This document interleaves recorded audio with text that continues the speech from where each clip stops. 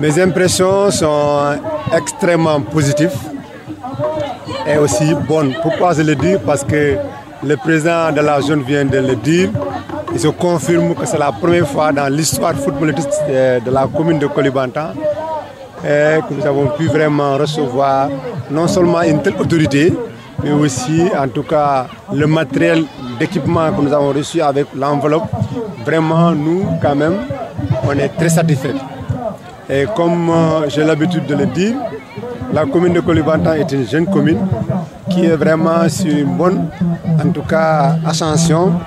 Aujourd'hui, avoir des personnalités à l'image du DG de SAPCO, vraiment, nous nous réjouissons de ça et aussi nous l'encourageons, puisque nous l'avons vu.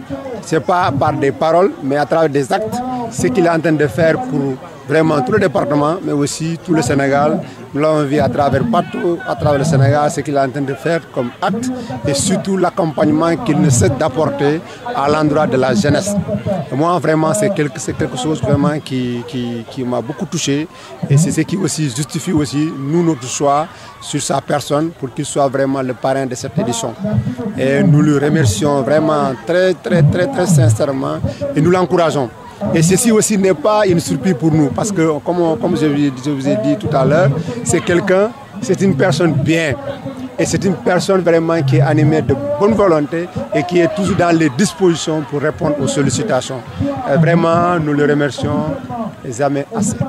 Il a raison, depuis notre arrivée à la tête de la magistrature de la commune de Koulibantang, ces doléances, nous l'avons déjà vraiment pris à bras le corps. C'est pourquoi nous avons entamé cette année les travaux. Ces travaux sont en cours. Comme vous le savez, les collectivités territoriales n'ont pas assez de moyens et aussi souvent nos fonds ne sont pas mis à la disposition à temps, ce qui justifie vraiment certaines lenteurs. Mais le terrain est déjà clôturé. Nous pensons que d'ici sous peu de temps, il sera mis à la disposition de la jeunesse. Et comme il le sait déjà, nous, depuis notre arrivée, nous avons marqué notre présence à leur côté. Et à chaque fois vraiment que des sollicitations viennent de la jeunesse, nous cherchons à notre niveau chercher des solutions ou bien on cherche comme nous l'avons fait aujourd'hui avec le parrain pour que vraiment qu'il soit vraiment mis dans les conditions. Et nous pensons que cette collaboration va continuer. Étant déjà des jeunes, nous pensons que nous avons l'obligation et le devoir d'accompagner cette jeunesse-là. Il faut atténuer ça puisque aujourd'hui dans la commune de Koulibantang, presque tout ce qui doit vraiment être lancé en termes d'infrastructure est déjà en cours. La route est déjà vraiment, les travaux ont débuté. L'électrification, ça ne fait pas 2 ou 3 semaines, nous avons déjà réceptionné, mis en service certains, en tout cas du courant dans certains villages. Et des moments où je vous parle aussi, il y a d'autres villages tels que Saré Halal, Moya Fara, où les travaux ont débuté pour l'électrification. Ça veut dire que l'État est en train vraiment de nous accompagner. Et aussi, c'est vrai, tout n'est pas encore réglé. Aujourd'hui, notre principal problème c'est l'eau. Parce que le forage de la commune de Koulibantang est tombé en panne depuis vraiment 2021. Jusqu'à présent, ce n'est pas mis en service.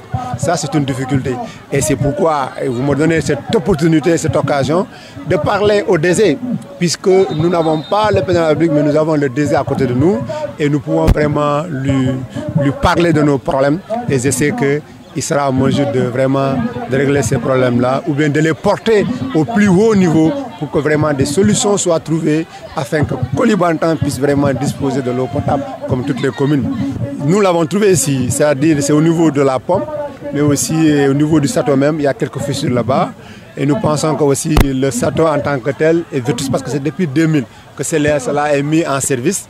De ce point de vue, nous pensons que nous méritons, comme toutes les communes, d'avoir vraiment un château d'eau neuf, digne de son nom. Et nous comptons vraiment sur le DG pour que cela soit réglé rapidement.